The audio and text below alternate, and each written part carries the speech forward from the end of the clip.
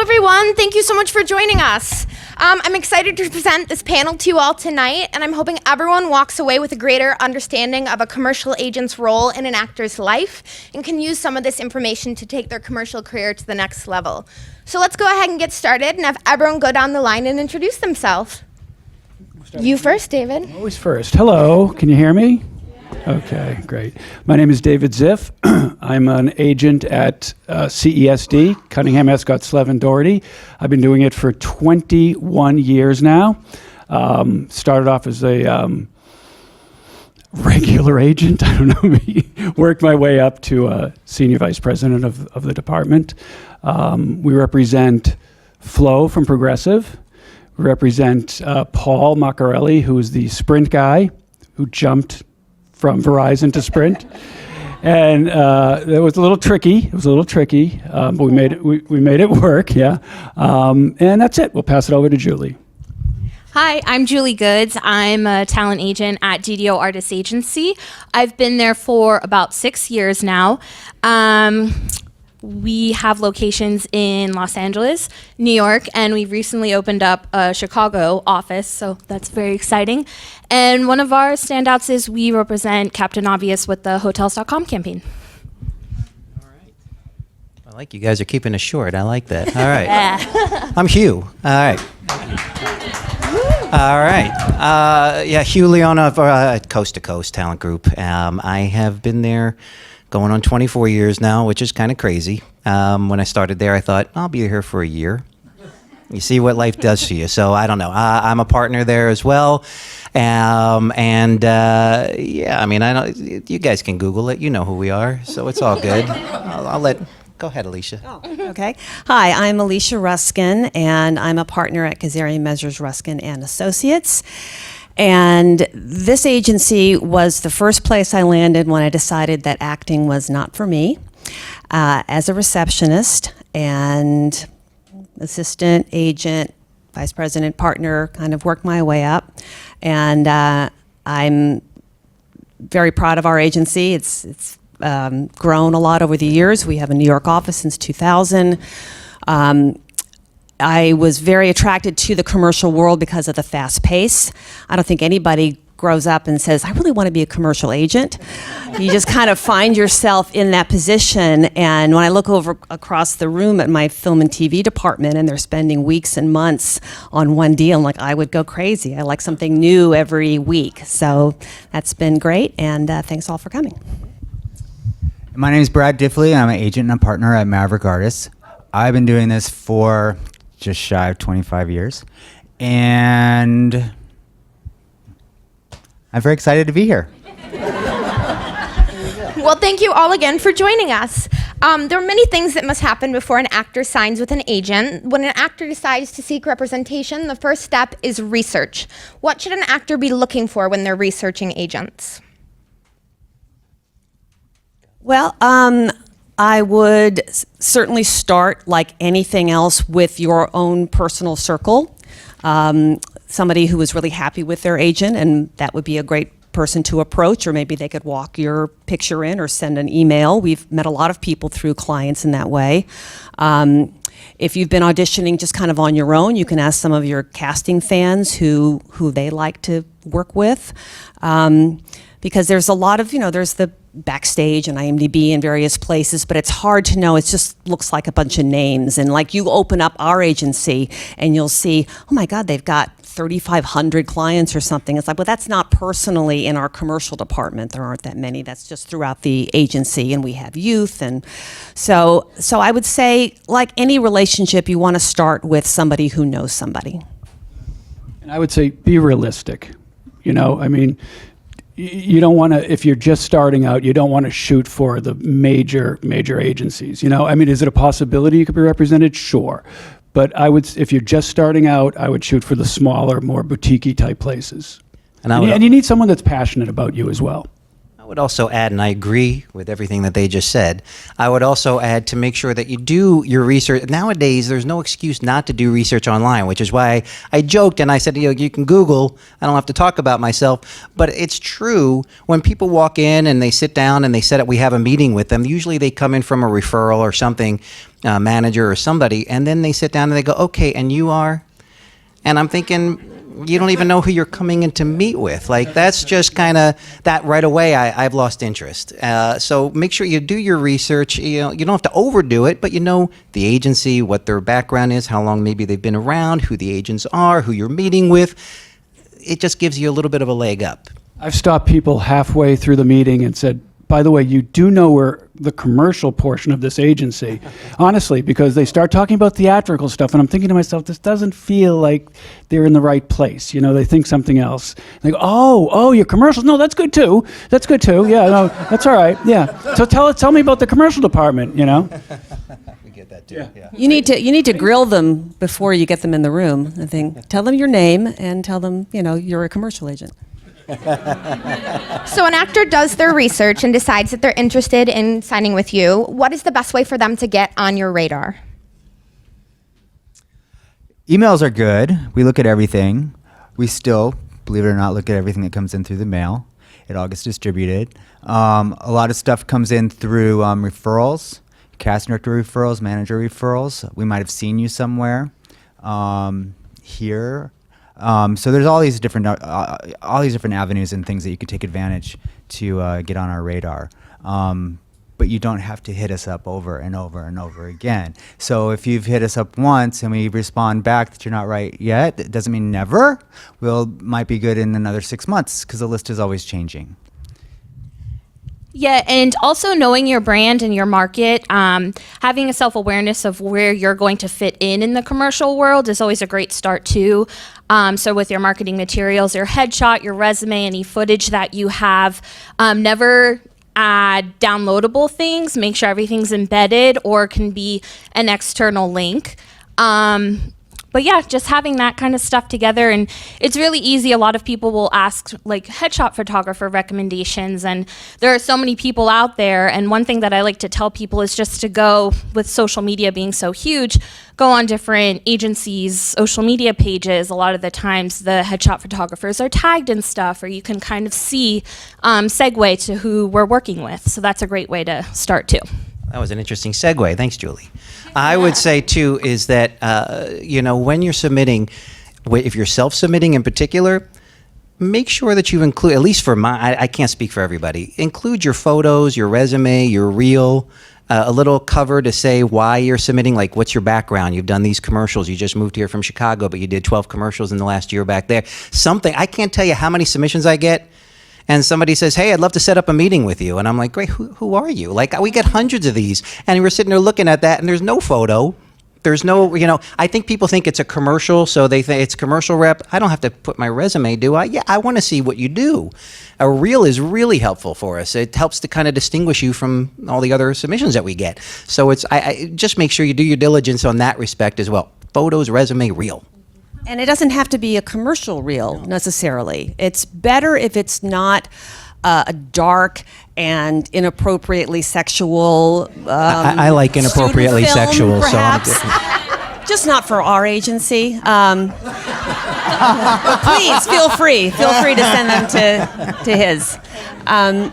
Yeah, so I agree. I definitely agree about the cover letter. You don't have to say it's always been your dream to be an actor. We figure that. I've sent these very long cover letters, and that's not the place for it. Keep it professional. I think the thing that gets our attention, you mentioned, I'm coming from Chicago. I have 12 commercials under my belt. That is definitely going to get our attention, and I've referred by a casting director that we work with. I'll tell you something else. We at our agency look at every single email that comes in, every pitch, everything that still comes in the old-fashioned way, the hard copy. We open every single one. We don't just chuck them. So it behooves you to send. Either way, still. I mean, obviously we get more emails now, I would say that's really good to know. How many would you say that you receive, open, and respond to? Oh, none. I was just lying. Yeah. Anybody else receive?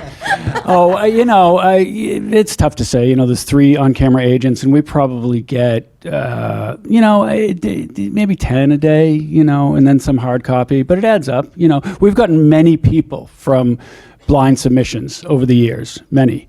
We've gotten union, non-union. Submit away. It doesn't matter. If there's a space on the list where that's open, we'll be happy to meet the person. If they fill a void, a spot where we need. If I had if a 500-pound sumo wrestler walked into the agencies, I just get the contracts. I wouldn't even talk to him. Say, we need you. Come on. So yeah. Does anybody know any 400-pound sumo wrestlers? Is that just a dream of mine? It's a personal thing, Ziff. Yeah, keep that to yourself. I would say, I look at everything that comes in as well. I'm kind of a control freak that way, so I like to look through everything that because you never know what you're gonna miss. But what I do is I actually do my meetings probably a little bit differently. I do one day a month where I kind of run it like a casting session. I bring in 20 actors that from like I've heard about these. Oh yeah, see. It's like, there's like, I probably go through about 150 or to 200 submissions or so a month, and then I kind of narrow that down. That's why I like to see the reels help me narrow it down. So, and the resumes and everything else. So then I kind of, what do we need at that moment? What kind of types are we lacking? Or what's on your resume? What's something that maybe is drawing my attention? Who are you referred by? All that kind of fun stuff plays into that. And that way I can kind of chisel it down and figure, okay, these 20. So when people come in, it's definitely not an open call. When people say, "Oh, can I get my client into your next open call?" I'm like, "No, there's no open call. It's like hundreds of submissions to get down to that 20." But it's just I don't that way I don't have to do it every day. It's just kind of boom, I do it. It's there. I get my new clients in, whoever I want. Sometimes we like 20 people out of, never 20. Maybe sometimes we like 10 of those, sometimes we like 1 of those, but it's just all dependent. And just know this too. This is really important. It's a business. And I think actors tend to take things a little personally. Sometimes when you come in, you don't know. It's not because you screwed up.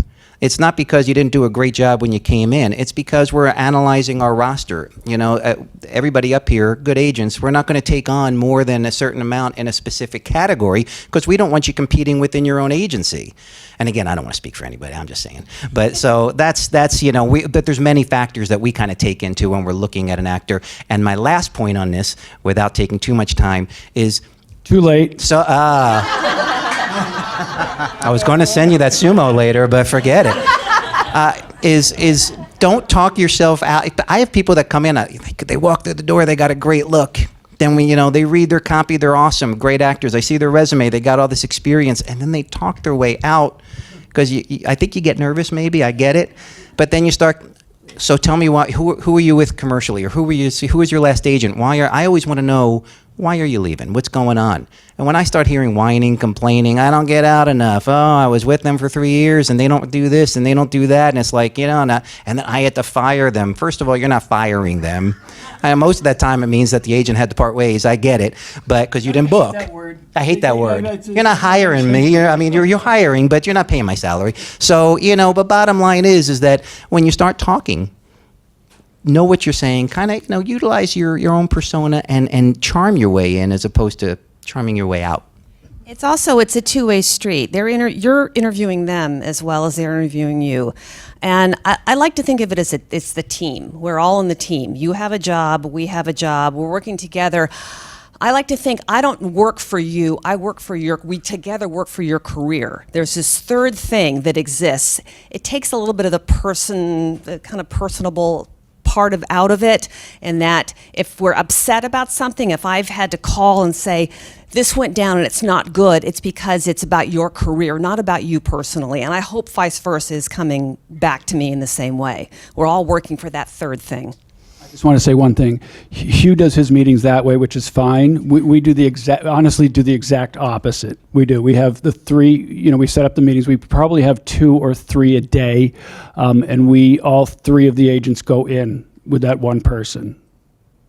I just find it, I just like to get to know the person. It's another thing. Half the time we talk about commercials for 5 minutes. We just talk about their life and their personal life. And I'll tell you what, anybody who's met with any of these agents and they want to meet with us, we'll meet with them. You know, anybody who has had meetings with these guys and the same names come up meeting after meeting, when someone, you know, potential client will jump on it, you know, because they Just out of spite. will jump on it, believe me. You're all going to be seeking that sumo wrestler tomorrow, aren't you?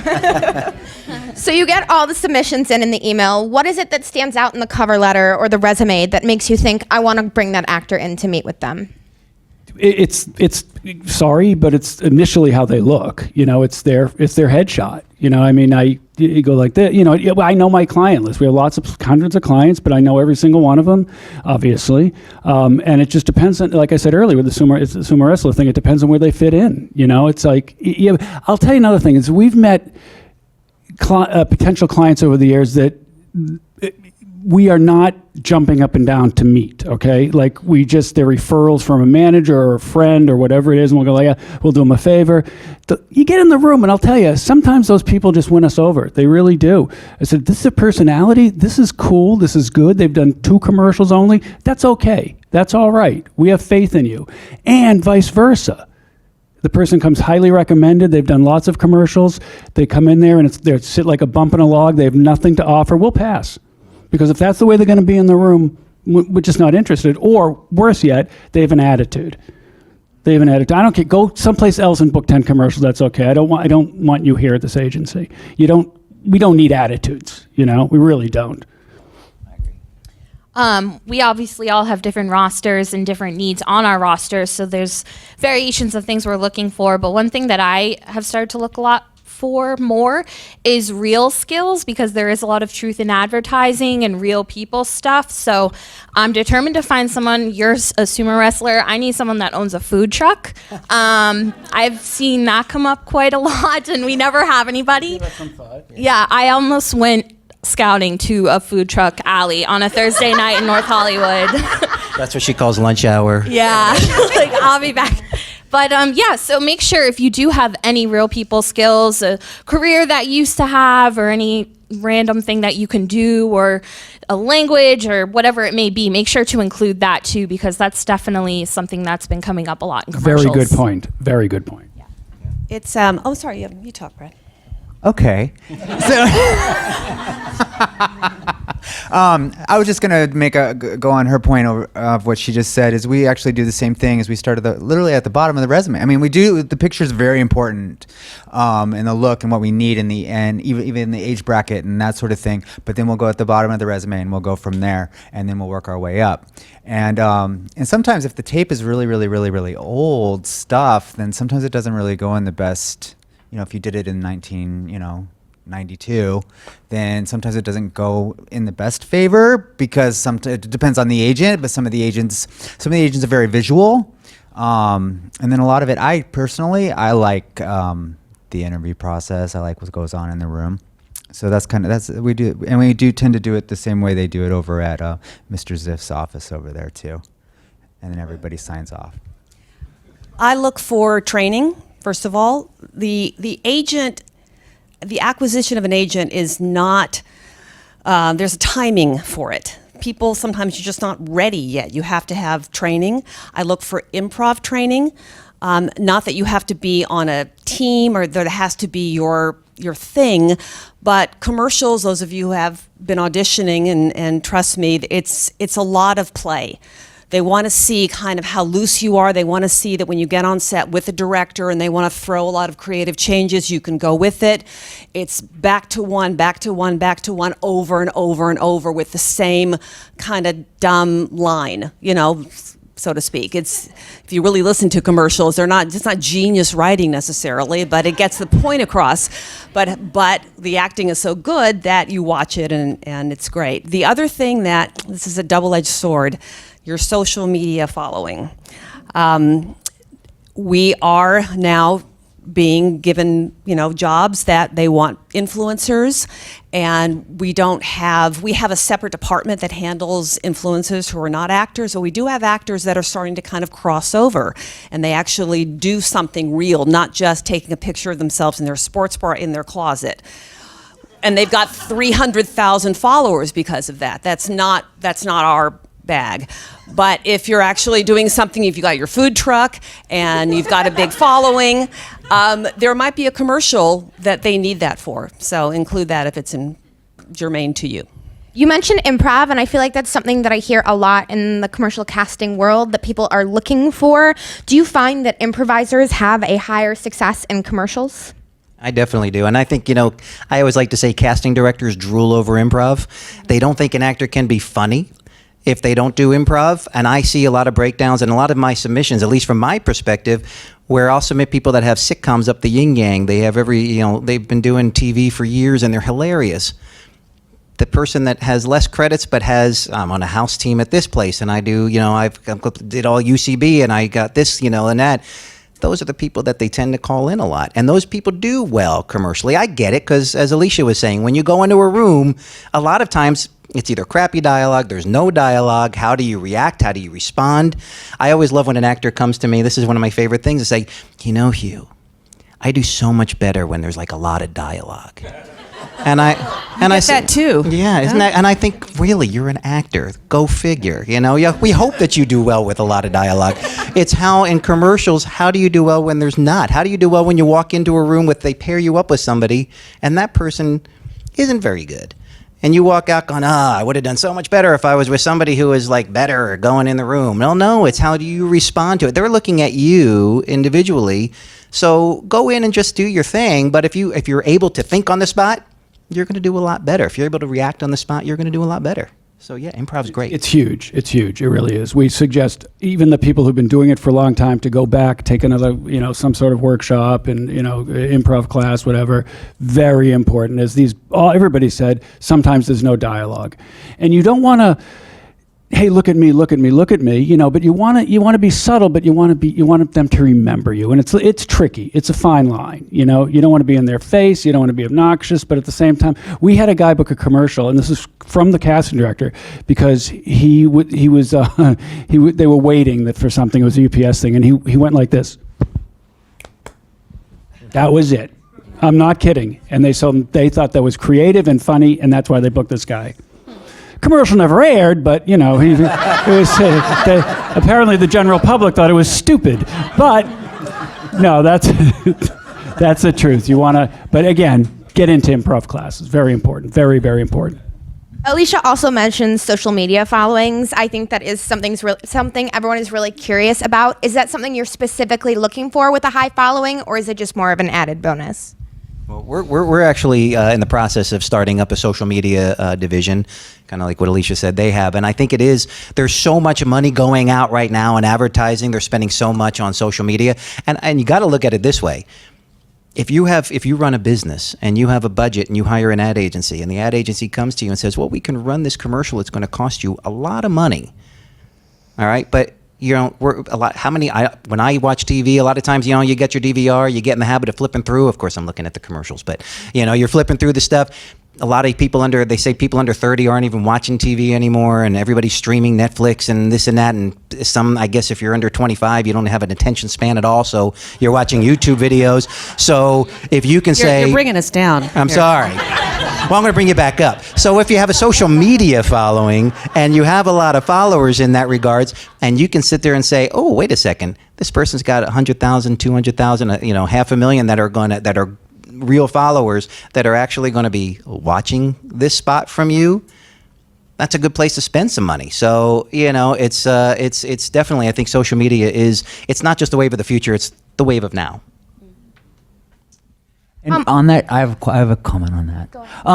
And we're also finding that they're also going for not just influencers, but creatives. So we actually will have creatives that we cover in the agency that create your own content. So you're not just standing there in your outfit, having your picture taken and that sort of thing, but you're creating your own channel or your own content or something like that that engages the viewership and the people that are watching and following you. I believe the foundation had quite a good panel on social media. We sure did. You can find it in Please our look it YouTube up. video gallery. I've watched it. See, look at that. So can someone who comes with that built-in following, can that be a tipping point for whether you're on the fence about deciding to bring them in? Can that sway you to say yes or no with that following? If there's two people and they're choosing between two people and one has a following, one doesn't, they're going to go with the person with a following.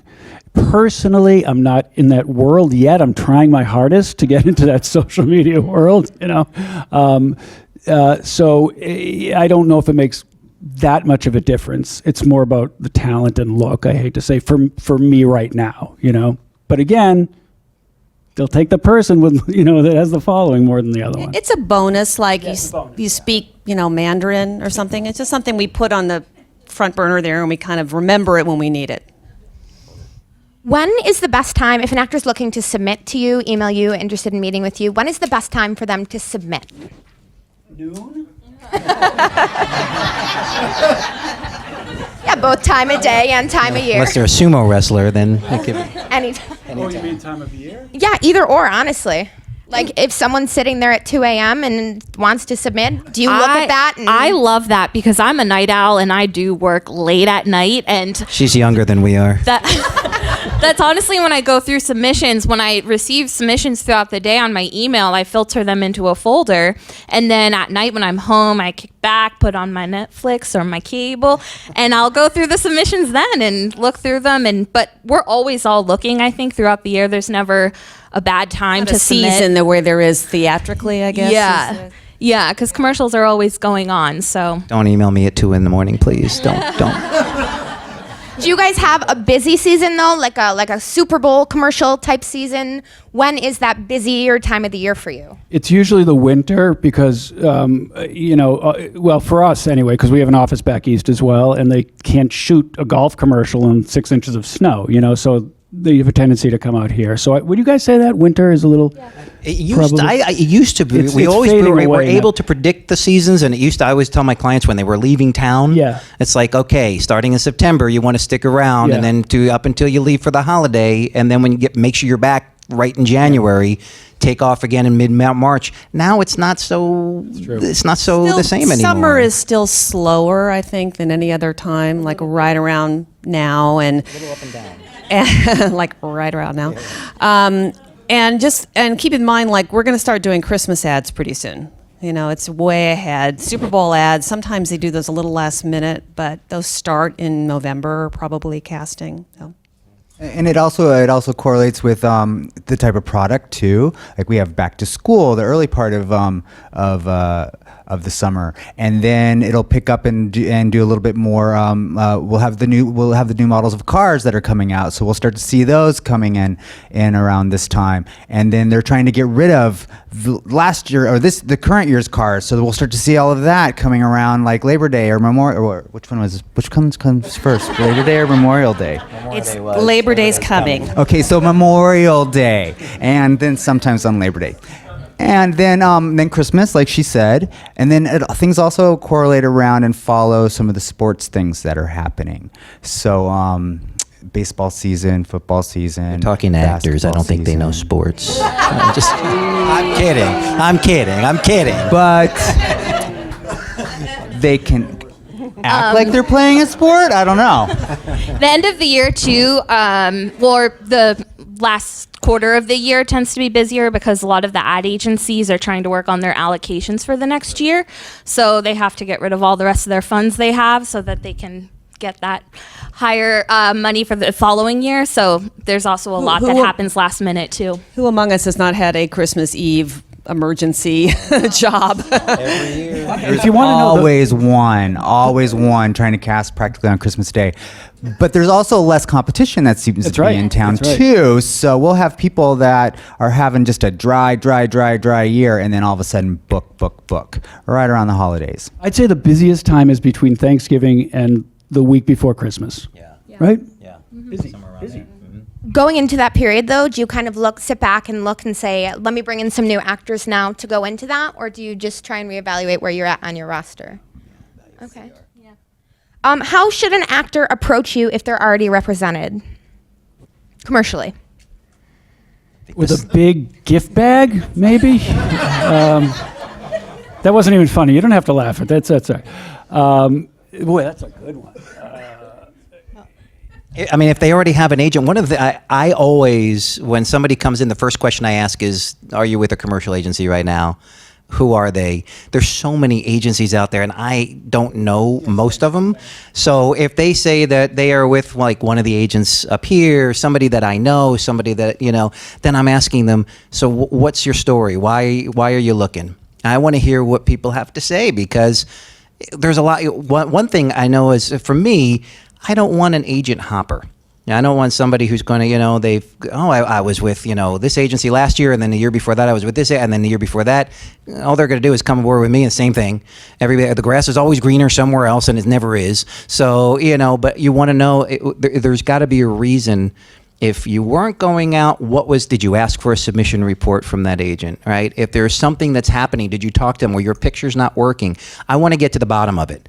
Because if they're leaving a good agency, there's got to be a reason. And a lot of times it's, I already left. And I'm thinking, well, you already left before you got a new agent. And that's a little confusing for me as well. That signals to me that you were dropped by that agency, and then I have to figure out the reason why. So I'm always trying to get to the bottom of it. I personally don't poach. I'm not going to do that. So but if there's a reason, then I want to, the agent that I had there left, the new agent came in, and I just don't feel the same connection with that person. I get that. Some agencies, I've heard stories over the years where agencies don't they didn't pay me. And every other actor got paid, and it's months later, and we, that's not good, So those types of things, I kind of go, oh, I get it. They dropped the ball on a few negotiations for you. I understand. These are things that I can wrap my head around. But every actor says, I just don't go out enough. I don't care. You can go out 100 times. I want to go out 200 times. It's never enough. When an actor says that, don't, you all want to go out. I always say, how often would you like to go out? How often should you go out? And people, I think I should go out 2 or 3 times a day at least. Yeah, that's great. Everybody should. We'd love to get you out 2 or 3 times a day. Yeah. If I hear one more time because my friends are going out more than me, I'll jump off a roof. I mean, it's amazing. I go, if your friend's an identical twin, then we'll talk. I have identical twins, and they still, I'll submit both. One gets out, one doesn't. We have that too. Never represent twins. That's a mistake. And the stories we hear about, and again, it's kind of what Hugh was just mentioning, the horror stories about people in their agencies. Now, it's obviously not the big agencies, but the smaller ones. That I wasn't getting paid. They held the check. They said if I miss one audition, they'll release me. I mean, the things are crazy, and it usually revolves around money. I wasn't paid. Everybody else was paid. I don't understand what's going on. They're holding on to my check. This and that. Crazy. You got to be careful, guys. I mean, you don't want to make a move that's, we've had, it doesn't happen a lot, but we've had people leave, because the grass is greener somewhere, I don't know where, but and then honestly, or they leave because they're offered theatrical too. That happens. We have a theatrical department, which is wonderful, but we can't guarantee them, we don't know what their needs are exactly. So and then honestly, I'd say half the time we get knock on the door, I made a mistake, and we're not spiteful people, if they did well, we'll take them back. If they didn't, I'm sorry, I mean, I can sympathize. You're home, and maybe it's been, a while since you heard from your agent. You don't want to call him. You don't want to bother him. I mean, it's tricky. I totally acknowledge that it's tricky that way. But it's like any relationship. It's like a long marriage. We've had people at our agency, and I'm sure David could say the same thing, for 35 years, some of them. But it's one of these things where it's important to me and the other 2 agents I work with to constantly be reinventing that relationship, because you, the actor, are not saying the same. Your age is changing. That's a big thing. Maybe we'll get to that in terms of moving through different age ranges. Casting directors remember you as being one age, and they've been seeing you for a while, and they trying to bring you in that old category, and it's not working. So we have to help you get to the next age with that. And that new agent, you may be like, well, I've hit a wall. No, you turned 40. So just changing agents, I mean, that might luck out when you suddenly start going out more into the 40s. But we take pride in getting you through that transition. It's new pictures. We say you're going to audition in an older category and you're not going to book. You're not going to book for a while. If you can hang out, then you will book 3 in a row. And I've been doing this long enough to have seen it over and over. So that's important to say. It's not just, I need fresh blood every 5 years. I'm just going to change agents. I want to look at what's happening in your personal life at that point. You know, you got to be able to hang out. They're hanging out with you, you hang out with them. That's the good agent-client relationship. Well, and it depends on also how you feel that relationship is going. You need to have trust. If you lose trust, okay, that's, you got to question why you're losing that trust. But I think if you have that, it's amazing. Yeah, people will come in and say, I just like to change things up every few years, and it's kind of nuts that way, because those agents get to know you, you get to know them, as long as they're communicating with you. And that's a big one, because a lot of actors will come in and say, I tried to email, I've called a bunch of times, and they never get back to me. I just wanted to ask about my new photos, or if I need new photos. I don't understand that. Like, if somebody doesn't respond to my email, it drives me nuts. So I'm always responding to my clients, and making sure that I do. I also get very anal because I hate to see my inbox fill up. So I just respond just to get rid of that. But I think it's, it's one of those things where you just got to have, it's the relationship that you have. And if you're not comfortable with it for whatever reason, then that might be something that you need to question. I got to tell you a quick thing. This happened today. I'm a pretty mellow guy. This guy that we met through a friend, okay, as a favor, but this guy the client that we represent is a heavy hitter for us. So obviously I'm sure you guys do it too, we're going to take the meeting. It was about a month and a half ago, and he's a nice enough guy, and no, I won't tell you his name. He was a nice enough guy, but there was something a little annoying about him. He was just a little, so do you think I'll get out a lot if you guys sign me? I said to him, I said, as we were leaving, wrapping up the meeting, I said, I got to tell you, if we do decide to work with you, you can't hound us. You just can't, and he, oh, no, I would never hound us. Today, the guy's been there for a month and a half. This is the truth. Asked for a submission report, which a submission report is how many times you've been submitted, how many appointments you got. I got so cranky because I wanted to call him and say, I told you, what did you do? You're crazy, and you got to trust your agents, man. You just have to. You have to. And it turns out he's okay. You get 6 or 7 auditions in the time. He's submitted maybe 70 times. It's not horrible. He's a little specific too, I said, just send him the report. Just see what he says after that. We sent him the report, and he said, so are you coming to my play Friday night? He just ignored it completely. Didn't mean anything. A little too much free time in his hands, apparently. So aside from that situation, what do you feel about actors asking for submission reports? I immediately get a little cranky. I really do. We do it. It's a new thing, by the way. This is new, relatively Some of you out there new. are going, we can get a submission report? Yeah, right, exactly.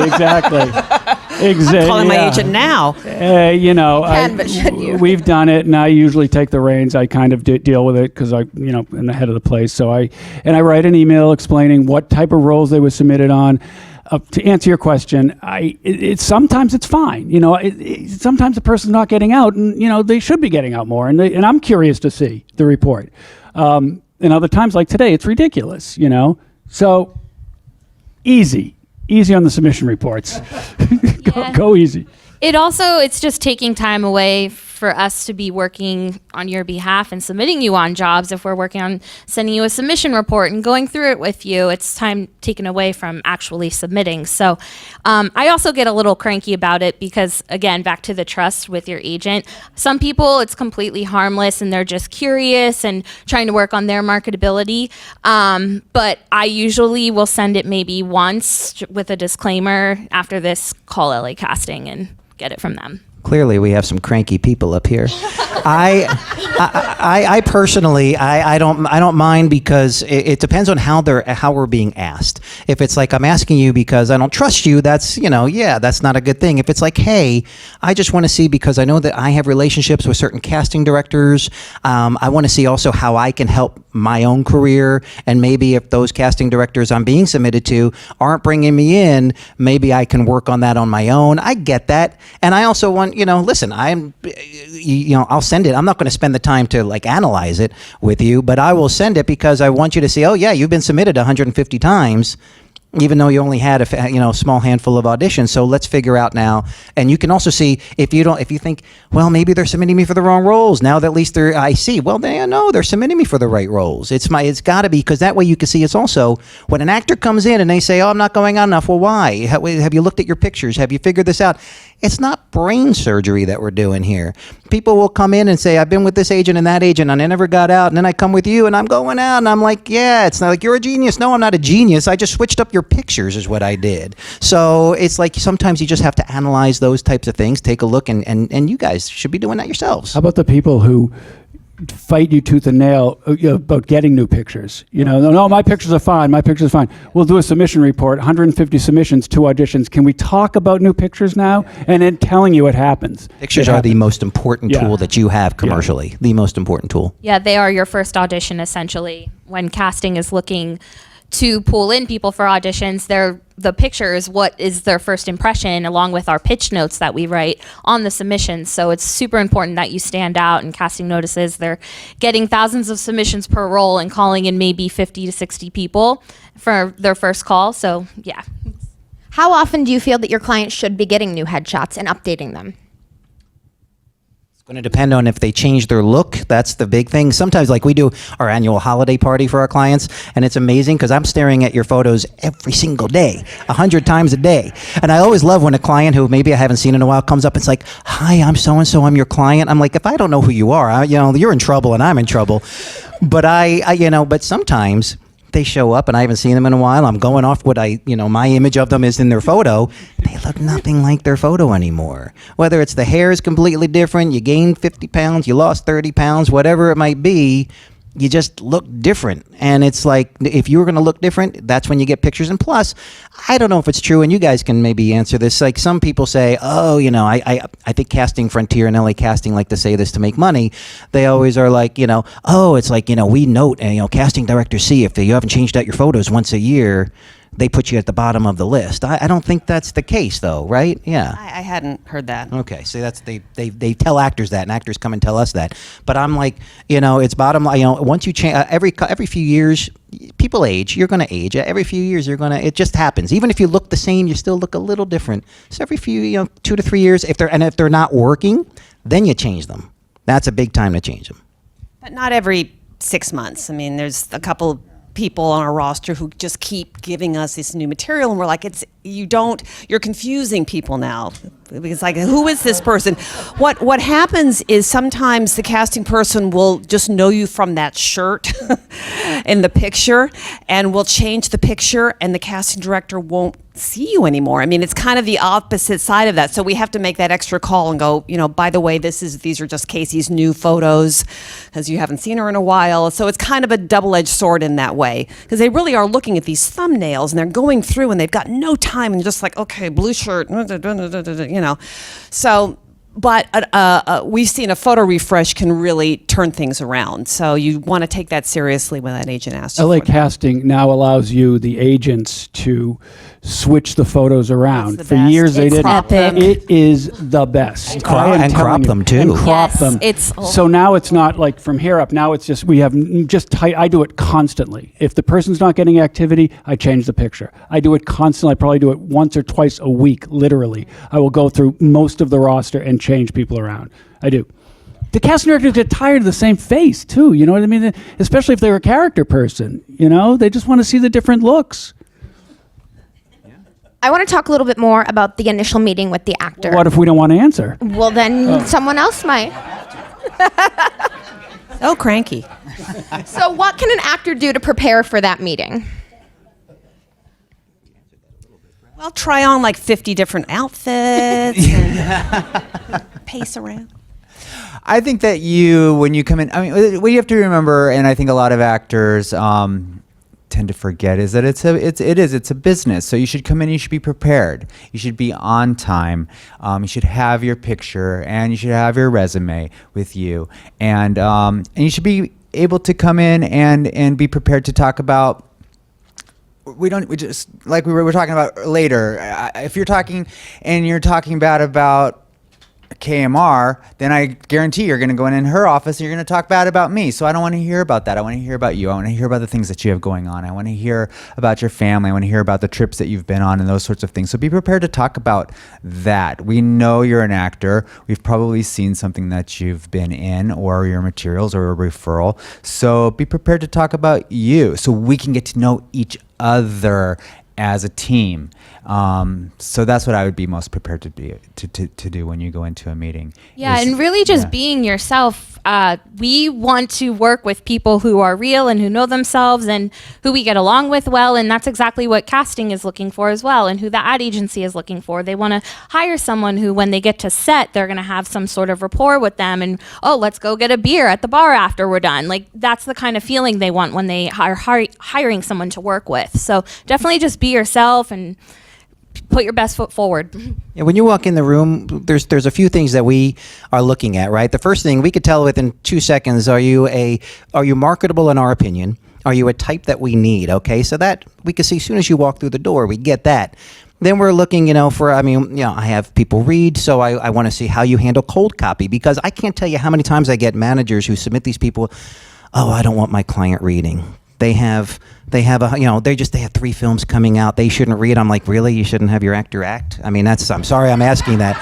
And I will say that most of the time when that happens, when somebody, they imagine, I don't want them reading. Can you not have them read? They cannot handle cold copy at all. And I think that's why they probably say, don't have them read. Better memorizing, not at cold read. So I want to see how you handle a cold read. And then, as everybody's saying up here, we want to get your authentic, true self. We want your personality to come through, because we're also looking at it, is this going to be a good fit for us? Sometimes people come in, they got a great look. They got a great, they're really talented. They got a good read. But personality-wise, yeah, like Brad was saying, when we talked about earlier, they're complaining, they're whining, they're doing something. Otherwise, some people come in and they're nervous, and I get it, you're nervous, you're coming in, we get that. How do you utilize those nerves? How are you going to handle that when you walk into a casting room or anything else? People always say, it's much more nerve-wracking coming in and talking to you agents here than it is if I go in front of a camera and commercial, but I don't know that. I want to see how you handle that. So, and really, as you can see, we all have our own personalities here, so not everybody's going to jive with every single person here. You guys aren't. It is what it is. So we just want to kind of get a sense of that, and then we can make a better determination. I think the 2 hardest words to get your head around are be yourself. Everyone says that in the interview, in the audition, be yourself. They don't teach you that in school, in university. What I would suggest is, because I think that's the hardest thing, especially if you're young, you're starting out, you're just coming out, get together with your friends and interview each other. Set up interview situations where one of you is the agent or the casting director, and you're just talking, just so it's not cold. It's not a cold bath that you're walking into. It's hard. It's not something most people it comes naturally to. Some people it does, which is great. But set yourself up for success by just putting it out there, rehearsing it.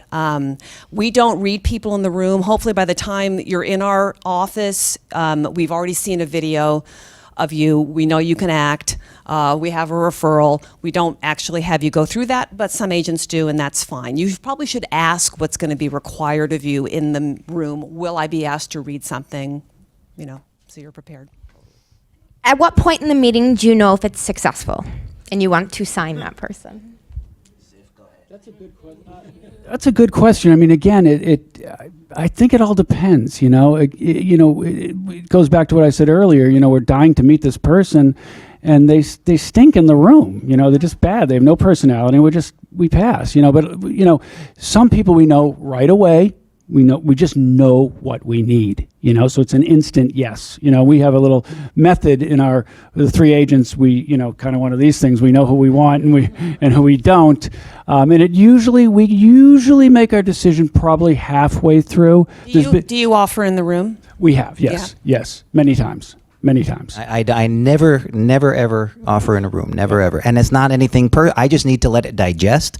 I need to talk to the other agent afterwards. I need to make sure that we're on the same page. I don't have little Yeah, we all go in together. Little signals. So yeah, I guess so. I need to do that. Kick each other under the table. I don't know, but I like to really let it sink in, so I can, and then really look at my roster as well, and kind of make a good decision based on that. So it usually takes me a day or two after. Yep. we want to get that offer out quickly. If the person's, comes from another one of these great agencies, and another wonderful agency, and they're not happy, and we love them, we want to make that offer fast. Just because they offer in the room doesn't mean they want you more. That's right. Can I just say? You don't have to jump at the first offer. Yeah. Oh, and another thing is, like, we've heard that I know we all do this. What other agencies are you meeting? That's one of the questions, and they say, this one, that one, this one. I said, well, when's your meeting with, Joe Schmo's agency? It's in about 4 weeks. I'm like, really? 4 weeks away? I said, we saw you it's for 2 days, especially if we want that person, And do they get back to you? No, they're going to talk. I said, how long's it been? 2 weeks. We never make people wait that long. We'll actually have an answer. If we're not sure, these signals are crossed somehow, we'll talk about it and we'll have a decision the next day. And we tell the person, we've never said, call us in a week, ever. We say, call us or email us these days. Email us the next day and we'll let you know what we decide. Those people that you just know instinctively, yes, can you articulate that gut feeling? You talking to me? Any of you? That I don't have my glasses on. I thought she was looking through me. I met with a girl today, and I'm sitting there, and she just was talking for not even 5 minutes. And I'm all, you're funny. Like, literally, she was so funny. And I knew right then and there. She was quirky. She was offbeat. She was ethnic. She was everything that we needed. And I was like, and the other agent, she looked at me and she's like, we're going to sign you. So, so you just kind of know. And then sometimes you do. You need a beat to digest it and bring it in. And if there's going to be too much hemming and hawing, then we know that it's not going to happen, and we'll let you know within the day. And if for some reason, we always leave it open like this, if you don't hear from me for some reason, then call in or shoot me a quick email, because we get carried away. But yeah, we'll always let you know within the next day if we haven't in the room. Yeah, I'm a little different too. First of all, I encourage, take whatever meetings you have, but don't make them 4 weeks out, because then you forgot about your first meetings anyway that happened a month ago. But I have no problem with people taking other meetings, because I want you to make the best decision. I don't want you to jump and make a rash decision because I offered you rep first, and then you're sitting there and go, crap, oh man, I got an offer from CESD and KMR and Mavrick and DDO, and I don't know what to do, and I already said yes to Coast. I want you to make sure that you're making that best decision and that you feel the most comfortable with that decision. So you're like, damn, I'm so glad that they made that offer, and I am glad that I took these meetings, so now I know who it is that I want to sign with. And you could do your research, you can ask around, whatever you got to do, so at least you get that comfort feeling. I think that's really what it's about. So when you come in, there's that trust right off the bat.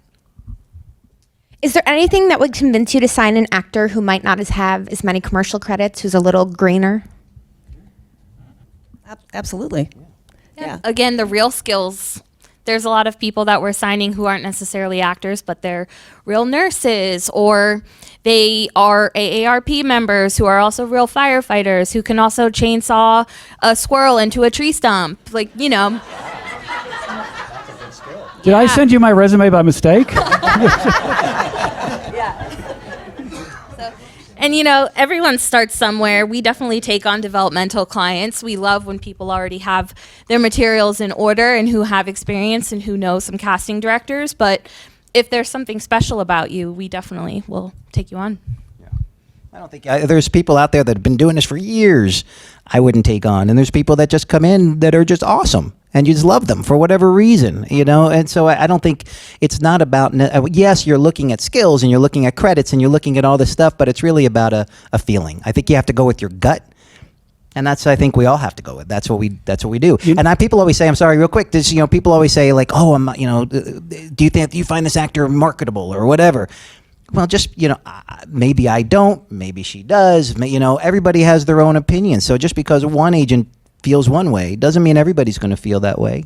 So that, yeah. What a tough one is when we really are into the person. We think they're great in the room, and then we give them some copy to read. We let them go over it for 5 minutes and come back in the room, and they're not good. That's so brutal. Now granted, 3/4 of the commercials there's no dialogue. You don't say anything, but it's so depressing. It's so, we don't know. We look at each other like, oh, we didn't expect that, So we really have to think long and hard about those people, And it is simple dialogue. Trust me, it's not difficult. And it's just, it's a bummer. It's a bummer. If the person is green, whether they're younger or they've had a full career as a dermatologist, let's say, and then they decide they want to be an actor at 65, they have to be open to specific audition technique training. We would never send anyone into an audition for a commercial until they have gone through some kind of a class. And I won't say classes, I'm sure they have classes that SAG can refer you to as well, but you have to be open to get that specific training. If you've been at RADA and you've done a bazillion plays, you're still not going to be as good at commercial auditioning as the person who's been commercial auditioning. So it's not that it's a lower level of acting, it's just a really different way of acting, and you have to know it's its own skill, and you have to be prepared to learn it.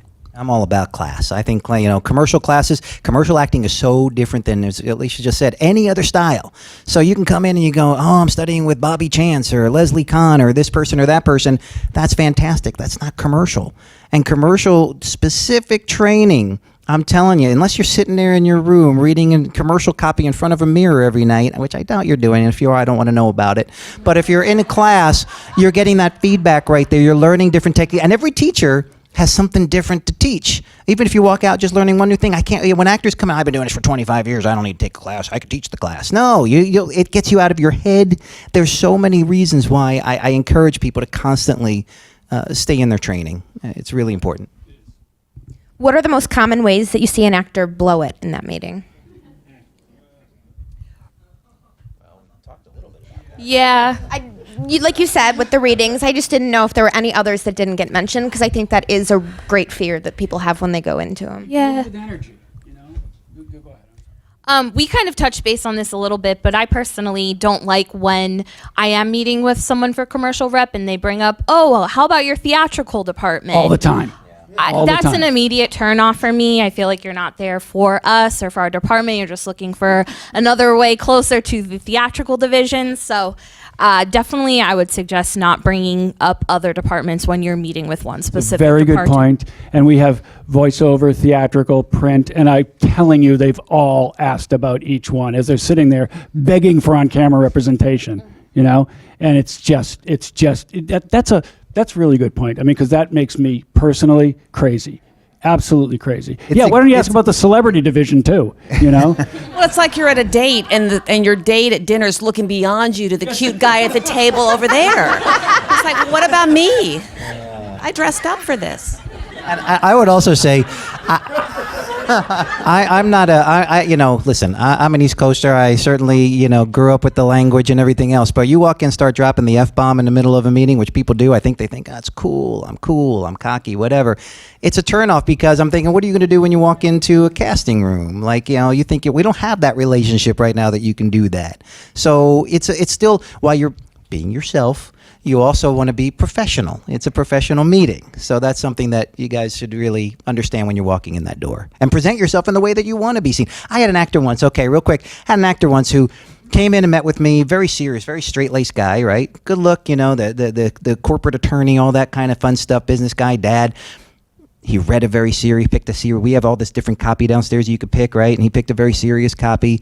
Had him for like a year and was submitting. He was going out, all these dad and businessmen parts. And he comes to me after a year and he says, Hugh, I am really strong with comedy.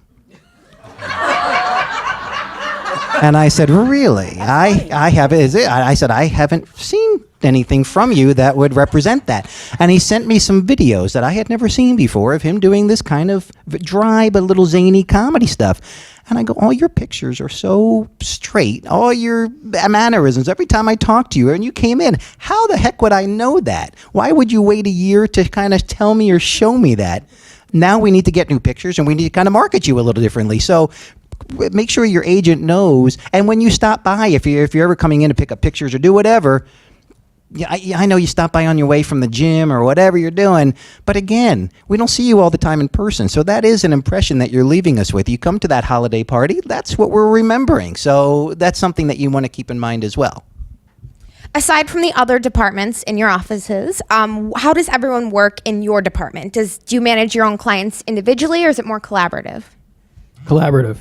We have 3 agents. We split up the casting directors. We each have, 20, whatever it is, 25 casting directors. And when they come out with a project, I cover Allison Horn and, Beth Holmes and, whoever. Beth Holmes, you're Francine dating Selker. yourself. Yeah. And the other one covers Ross Lacey, and this one covers Joe Blake. So we split it up, basically. Is that? Yeah. Yeah. That's what we do too. We don't. No, we don't. No, we. We An outlier, are. ladies We and are gentlemen. collaborative. We definitely we don't divide clients. We don't divide casting directors. So what we do is I handle. Well, I don't want to get into that. We work on the breakdowns together, and we do all the fun stuff. So we get to know all the clients. And I don't personally. Years ago, I had an agent who came to me from another big commercial agency, and he said, well, at our agency, we all divide it up, and we divide it by alphabetical or whoever we have a better relationship with. And so I'll give it a try. And then I realized, I hadn't spoken to this casting director now in a year, and I used to have a good relationship. So I once that agent didn't work out, we went back. I said, no, we're going to go back. I like to kind of deal with everybody, so I'm always, that we always have that relationship. That's just how we do it. And we, a client might gravitate towards a certain agent, but we don't have, there's no specific agent assigned to any of the clients. Yeah, I think it's pretty universal that people, I think that's unusual that you all work on every breakdown together. Is that what it sounds like? No. No, I'll just do, I handle the majority of the breakdowns. Oh, okay. Yeah. Got it. I think where the collaboration is interesting is each of us has a type of actor that we kind of respond to. Like one of my agents is like, I love the geek chic guys. That's just my thing, And I'm like, I love a character actor. That's my thing. And somebody else is something else. So that's fun that we all kind of bring to the table a passion about a little bit of a different actor. Also, if I would do a breakdown differently than my other agent. The same breakdown we might be submitting in a different way. So it's not a science necessarily. It's a little bit more of an art. But I think it makes it interesting. And we don't always stay with the same people. Sometimes we shake it up. And it's like, well, you take Danielle for a year and see if you do any better, especially if we don't feel like we're doing well with this person. Like maybe I don't have the taste that she wants. So we'll say, I'll take this person and you take that person and let's see. It's whatever's going to work better for our clients. We're not necessarily wedded. I mean, we all like our casting people we work with, but we try not to hold on too tightly because sometimes you need to let it go for the better good. We do a Probably run-through meeting every day at noon, and we sit with youth department and adult department, and so we can kind of see and get an idea of where everybody's going in each project and what's going on out there, and so we don't, number one, miss something. And then the breakdown will actually get passed around, and people will actually sit and circle other people's ideas on a project that somebody else has worked on, or they'll say, well, what's going on? Why isn't this person in there too? So we'll kind of do that, and it's not like a long meeting. We'll do like a 10-15 minute, and we call it a run-through meeting, and it's every day supposed to be at 12 o'clock and be done by 12:15. But sometimes we have a kumbaya session, and we have and we have a lot of fun. Next thing you know, it's lunchtime. But anyway, so that's how we kind of do it. Is we do it. Everything's done individually, but then we collectively run through everything, and we try to do it on a daily basis. Once you sign an actor, do you set any rules or boundaries immediately? So many rules. And which ones? Well, they get a long email from us that tells them, how to put up all their pictures, and we expect that to happen in a timely fashion. We do sign all of our talent to standard contracts, and so we set up a time for them to come back and do that and talk about that. A long list of all their skills that they do and any allergies they have, and if they don't want to, advertise certain products, and if they don't want to wear a bathing suit. But if they flew you to Brazil and you had a little cover up, would you then wear a bathing suit? Yes, I would. So there's the onboarding process is quite lengthy, and I guess the biggest rule is to always stay in communication, to book out. That's the biggest, right? The biggest thing is like we Hands call down, with that hands audition because we're working for you. You may not have heard from us for 3 weeks. We secure that audition. We call. It's like, well, I'm at the airport. I'm going away. And it's like, well, you can just stay there because this is crazy making. I'm so excited for this opportunity, and you're on your way out. So always let your agents know with as much notice. If I had a dime for I just booked that job. I literally just booked that job, so I can't make that audition tomorrow. It's not possible. It's just not possible. And it makes us look bad too to the casting directors. You know, if it's, you would be shocked, and I know these guys will agree, at how many people don't book out, and they say, "Oh, it's the weekend. I didn't know I had to book out." You know, but we have auditions happen on Saturdays. It's so frustrating. There's thousands of actors I will replace you with, you know, that will make their audition, and they don't mind driving to Santa Monica at 5 o'clock on a Friday. They'll be happy to do it. And I've heard that. I've heard every excuse on it. I've never had more people with food poisoning in my life. Never. Never more flat tires, never more car problems. It's crazy. It's like the dog ate my homework. It literally happens. It's nuts. Just go to your auditions. Come on, guys. It's really, we ask you to book out. We ask you to keep your pictures up to date, your resume up to date. It's very simple. It's not to be prepared in the room. Be prepared. Don't let someone start talking to you and get you off your game, because they will. And I promise you they will. Just do your thing, man. Just do your thing. Confidence, and you'll be fine. And the audition is a job interview. You need to think of it as a job interview. I think that's something that actors do tend to forget. If you're interviewing for a job to work at the receptionist desk at the SAG building, you're not just going to call and flake off on that and, oh, I can't make it anymore. You know, that's how it works with the audition world too. You're not going to just stand up a job interview. So it is just so important to make sure that you're letting us know wherever you're going. And he already said it all. I won't reiterate. One more thing here quickly. We had a guy, again, today. We had an 11. Stuff happened today. Oh. Different guy. 11. Did he go to It Germany was today, then he leaves tomorrow?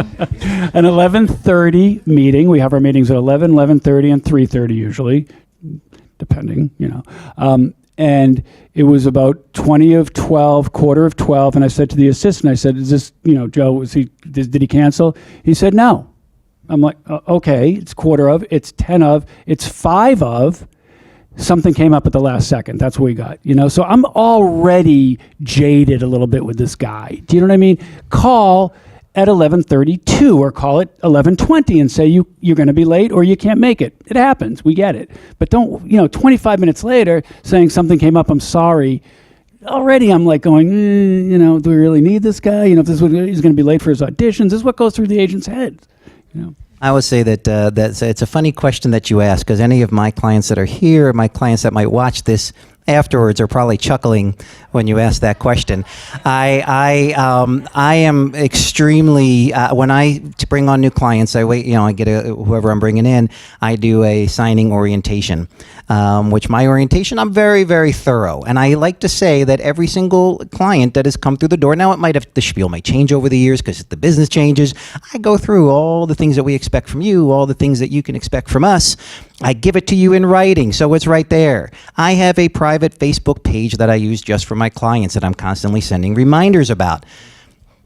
Do people read it? I don't know. I mean, some do, some don't. But the bottom line is that, the smoother that we can run the ship, the easier that it is for us to do our jobs, which is trying to get you guys opportunities. So yeah, they talked about the booking out. 2 to 3 weeks notice is wonderful. If you get a last minute booking, that happens every so often. We know theatrical casting directors and productions don't always give you that courtesy, but spontaneity, not a part of your vocabulary as an actor. Your job is to be available, and you want to be available for when those opportunities come along. And if you're doing this, should be a priority.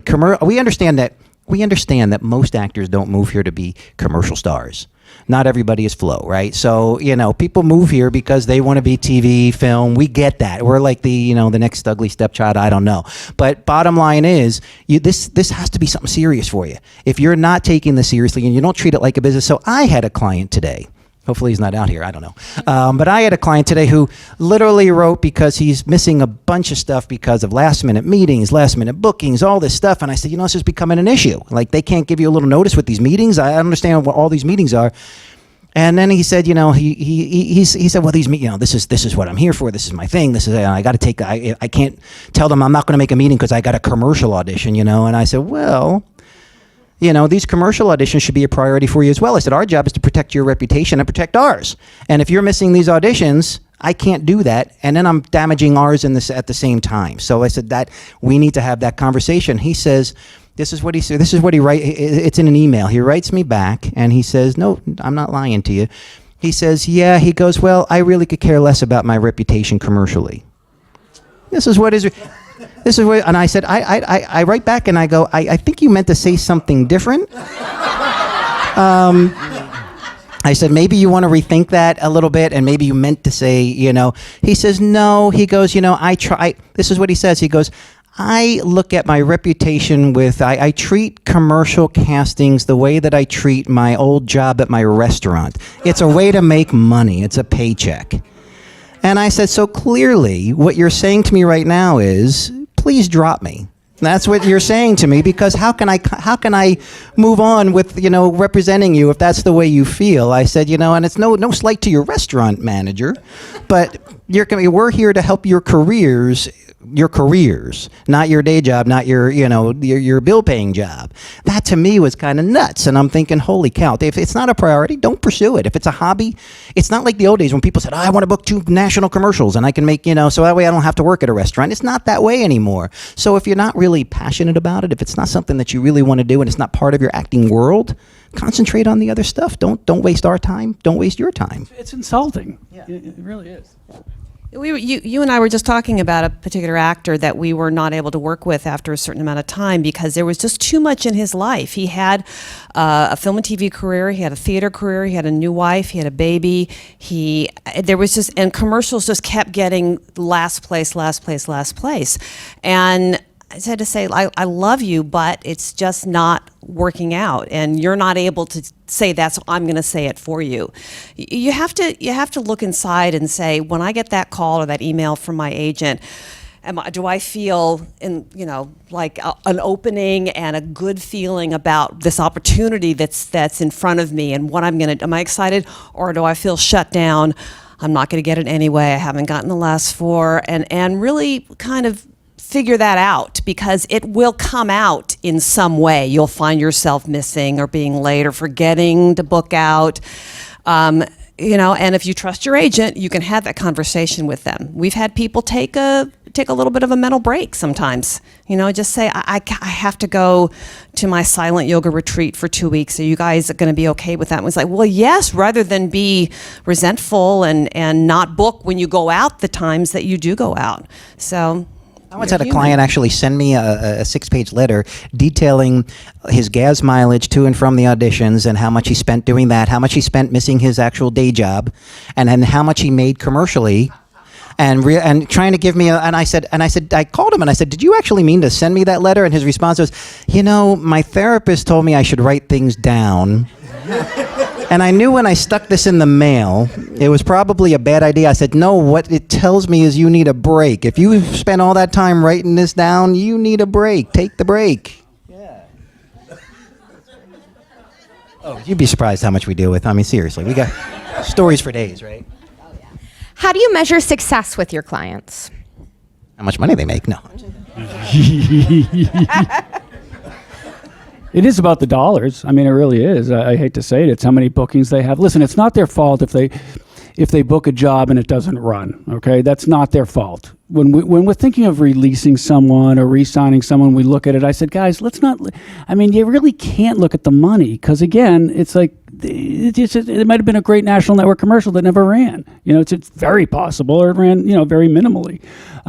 So we now go by bookings. How many bookings they've had. And it kind of comes into play what they booked, but when they book like 5 good solid national network commercials, that's a good client, in obviously a shortish period of time.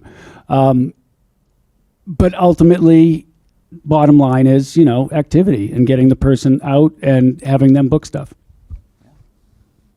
And I also look at avail ratio. You know, they're getting avails. If you're getting avails, hopefully you're going to wind up booking one of those soon. I mean, it's dumb luck when you go through 3 or 4.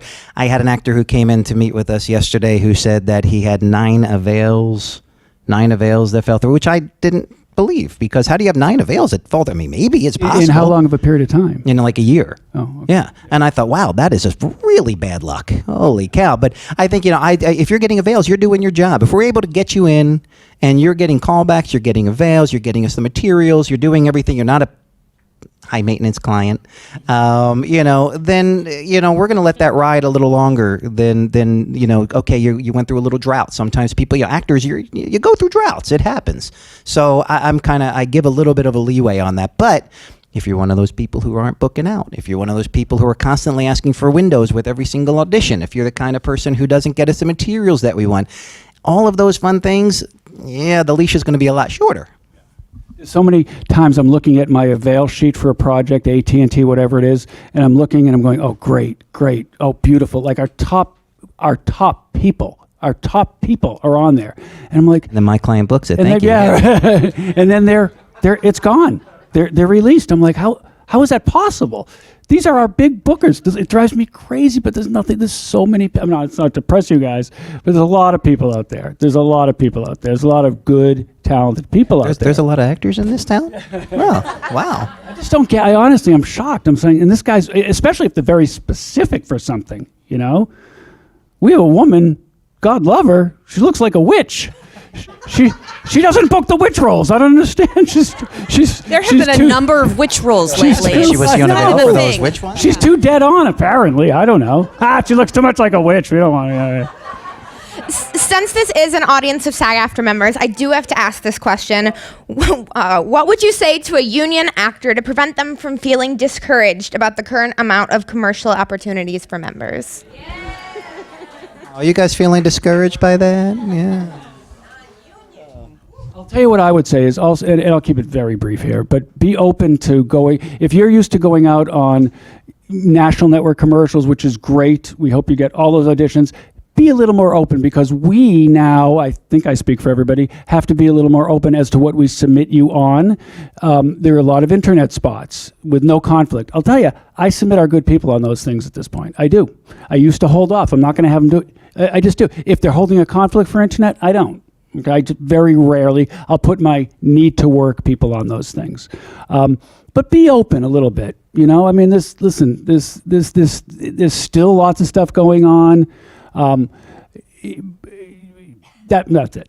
I think it's all about patience too. I mean, you go out, you know, I always say the actors who used to 5-10 years ago that would go out, you know, 3 to 5 times a week, and they were getting all these opportunities, now maybe go out 3 to 5 times a month. Those that went out 3 to 5 times a month may go out a couple times, maybe once or twice a month. It's just, it has changed. It's changed pretty dramatically over the last few years in particular. So it's just about patience, and it's about understanding how the business has changed. And that's a big key too. I think a lot of people don't understand necessarily. They hear it, but that doesn't mean you understand it. And you say, oh, but my friends went out for this, and my friends went out. They go out all the time. You're not their twin, as we talked about, but it's also, what are they going out for? When you get down to it, oh, they're going out for spec spots. They're going out for director's reels. They're going out for things that we wouldn't necessarily submit or advise that you go out for. So you got to really kind of take that into consideration. I always say it's also the quality of the jobs that you're going in for. Sometimes is a big thing over just, I want to go out more. Now, we know it's a numbers game. We get that. Commercials, it's a numbers game. The more you go out, the better chance you have to book. But just understand where you fit into the commercial world and what your relationships are with those casting directors, and just have a little patience with that. I think you have to look at the volume of union and non-union commercials together is not the volume that it was when it was only or mostly union commercials. So it's not just the fact that non-union is eating the work. It's just they're just not making as many traditional commercials. And the only thing that we all care about is a union commercial that is filming, casting in Los Angeles. And that's a smaller and smaller part of the pie when they can go to other cities that are now fully set up. And they can go overseas. We're hearing that, you know, they would rather go overseas and use, you know, cheaper talent. But your union has a brand new contract, and very creatively, in my opinion, offered the buyers an alternate compensation structure, which has been in effect since May 1st, and we're just now seeing it really. We just booked our first one. So do we, Yeah. And I think probably they're coming around to it and going, oh, okay, we like these terms. If you don't understand it, the union will explain it very well. There's a lot of stuff on the website that will explain it to you. It took us a while to get our heads around it as well, but it really does make sense. And we really think that's going to help to keep some of that work union. And just know your worth. There's a reason why you're paid what you're paid, because you've spent a lot of money, you've invested in yourself, and you have invested to join the union, and when they cast you, they're getting the best. And that's what we all keep in mind. And we work strictly in my department on union jobs. When we have a non-union person, which we might have, we submit them on the union job. We want to get them into the union as quick as possible. We want it to be a united front. We want to dry up the other market. We don't want good actors available. We want them all in the union.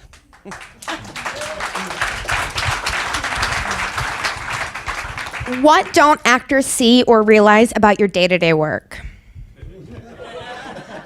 That we don't get commission. That would be the biggest one. You'd be so surprised. I don't think any. I don't want to speak for these guys, but I don't know what he's talking I have about. no idea. oh, what? Oh, they. Yeah, let's skip it. Skip it. I'm getting too involved. I think they don't understand the daily, what we have to deal with on a daily basis. I had one time an actor say to me, "Well, aside from clicking on some pictures, what else do you do?"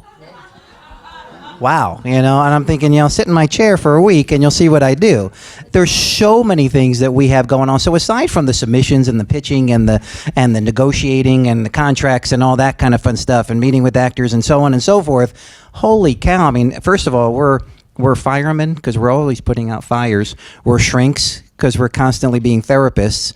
We're school principals. We're cattle herders, and I don't say that in a negative way. It's just you're trying to keep a group of people in line and make sure that they're heading toward that right goal. So there's. I am never. I don't care how slow it is. I always say I never have downtime. I have never had downtime. I wish I had some downtime. I don't have downtime. Well, no, I don't say that. I like being busy. It's better have the work than be down. And it's good to remember, if casting's working, we're working. So we may have our office hours 9 to 6 or whatever hours we work, but it's always around the clock on weekends. We've gotten calls at 1 a.m. to put people on avail or to book someone for the next day because the booking fell through and they need to replace, or there's so many situations that come up, and we're constantly on call.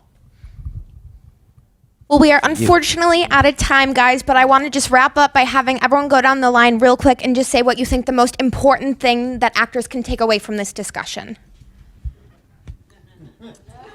I would say to remember that it's a business and that you are running your own business, and you can only be as successful as you can in business by running your own business by being prepared and being ready and enjoying what you do for a living and taking the highs and the lows, and you're gonna have a better year than you might have last year and vice versa. So you gotta enjoy the process too.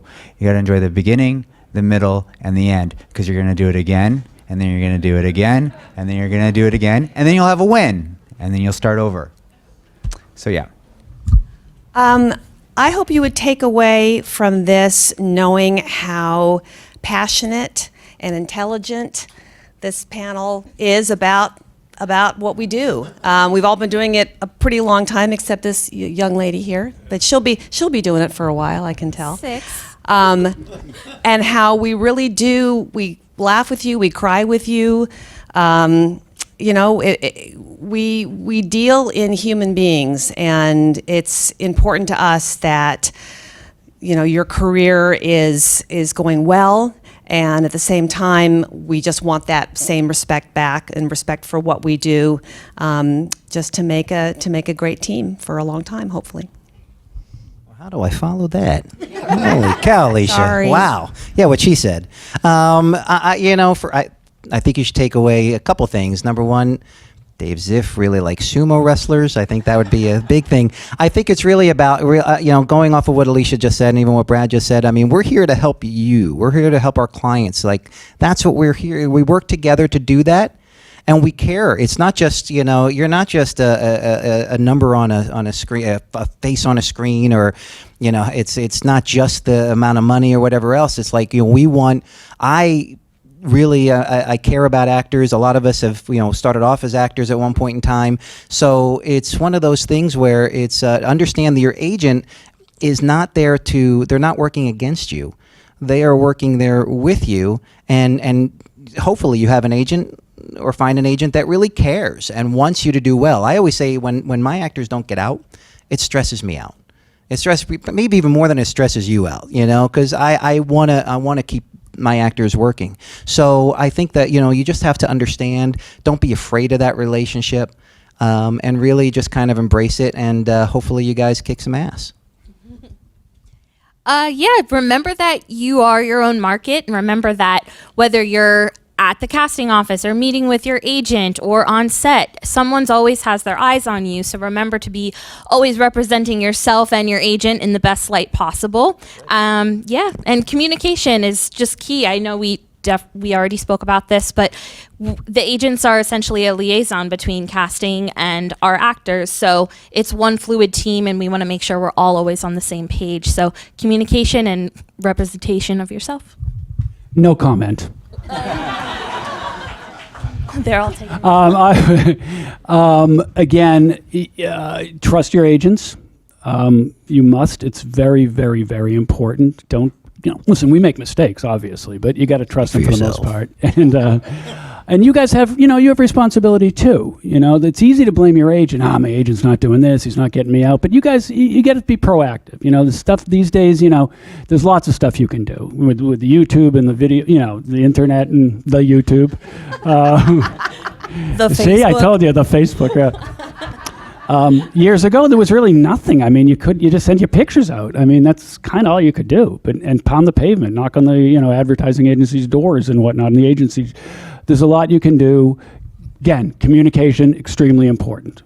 And always bring gifts at Christmas time. Huge, many more auditions with gifts, depending on the gift, of course. Now, if you bring someone, never mind, never mind. Well, thank you all for joining us and sharing your wisdom with us tonight. Thank you.